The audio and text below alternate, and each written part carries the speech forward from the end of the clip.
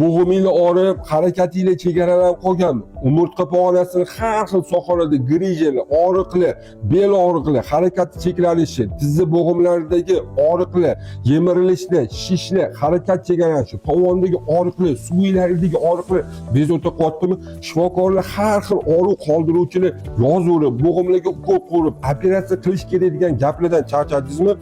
4000 yillik tarixga ega bo'lgan shifobaxsh taxin tayyorlashni o'rgatib qo'yaman. Diqqat bilan ko'rib saqlab oling. Kerak bo'ladi 100 gram oq kunjutni olasiz. Oq kunjut o'zining tarkibida kalsiyni saqlash bo'yicha chempion. Yaxshilab bitta kofemolkaga solib, kukun holatiga keltirib olasiz.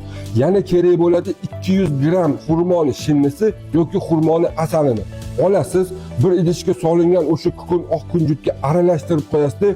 Bir osh qoshiq yoki bir choy qoshiq yosh bolalarga bo'yini o'stirish, suvlarini mustahkamlash uchun kechqurun iste'mol qilsanglar bo'ldi. Suvlaringiz baquvvat bo'ladi, og'riqlar ketadi.